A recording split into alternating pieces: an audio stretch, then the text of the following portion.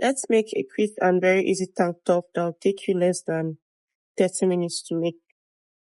So I'm cutting the fronts together with the backs, and I already placed my material on a double fold, as you can see, so I can cut both front and back together. So the first thing we're going to do is to take our length. The length for this top is 17. So I marked my length and I drew my line out. And then for my neck measurement, I'm using a 3 by 4 neckline. Wideness 3 and depth is 4. And then for the back, I used 1 inch. Then for the shoulder measurement, I took 3.5 inches and I slanted it by 1 inch. And then I came down for my armhole by 8 inches and I marked out my line. Then I'm just going to connect my armhole to my shoulder line. Then I took my bust line, marked that out. So my bust line, I'm going to take my bust measurement without adding any allowance, which is 9.5. Still the same 9.5 on my armhole line. And then I'll do a curve to my shoulder line. Then on my waistline, I took my exact waist measurement, which is 32 divided by 4, 8. And then I cut that out. Remember to always cut out the back first before cutting out your front neckline. So I took that out and I cut out my front neckline. I decided to add to this fabric because the top was looking too short for me. Then over to joining, join your shoulder, and I weave that down, and I also joined the side. Start joining the side. We're going to have to finish the neckline and the armhole. This is a very simple top to make. So to finish the neckline, we are going to take the neck measurement on a fold, and the neck measurement I took was 10 inches. That is 20 if you unfold it. So you're going to take your fabric and look for the stretchiest part because it's very important that it's stretchy. So the length I'm going to cut for our neckband is 16, and I'm going to cut 2 for the wideness. I'm cutting 16 because I need it to be smaller than the actual neck line because it's going to pull it all together. So you can cut it 4 inches less than your neck measurement. So you're just going to join that band, and when I put it on a fold, it's going to be 1 inch, which is what I want my neckband to be. So you're going to notch the midpoint of that. And then since the front neckline is bigger than the back, you're going to draw some of the back to the front and front to the back. I don't know if you can understand that from the video. So it's going to, the neckband is going to be distributed evenly.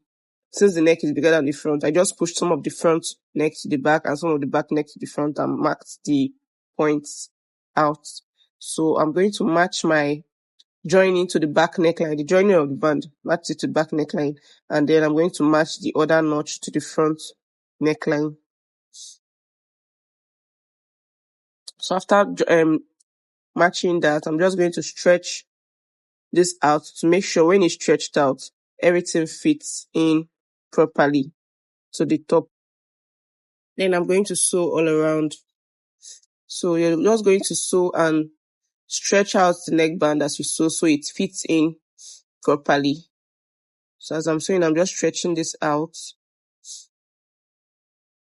And I'm taking less than half an inch to join this together. So after joining it, I ironed it down, and this is how it looked.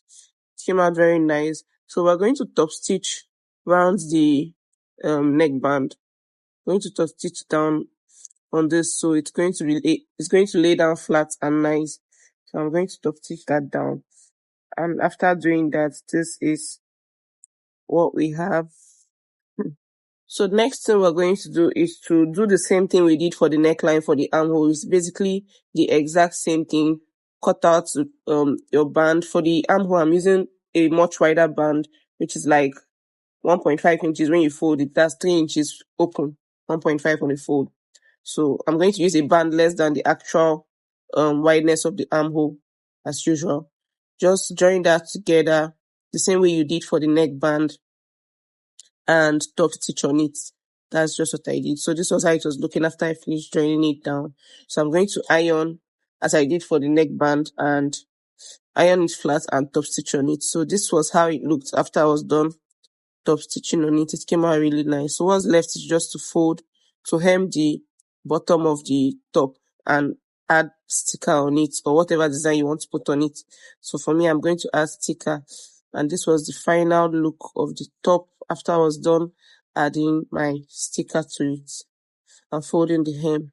And it came out really nice, and I liked how it really turned out. Very, very easy and simple top to make. And this was the final fit on me on the matching shorts that I also made. You can also match it with a joggers. And if you don't know how to sew a joggers video, go down my page. You'll see that I made a joggers video. Go and check that out. And don't forget to subscribe, like, and share. And let me know in the comments if you also be trying this. Bye.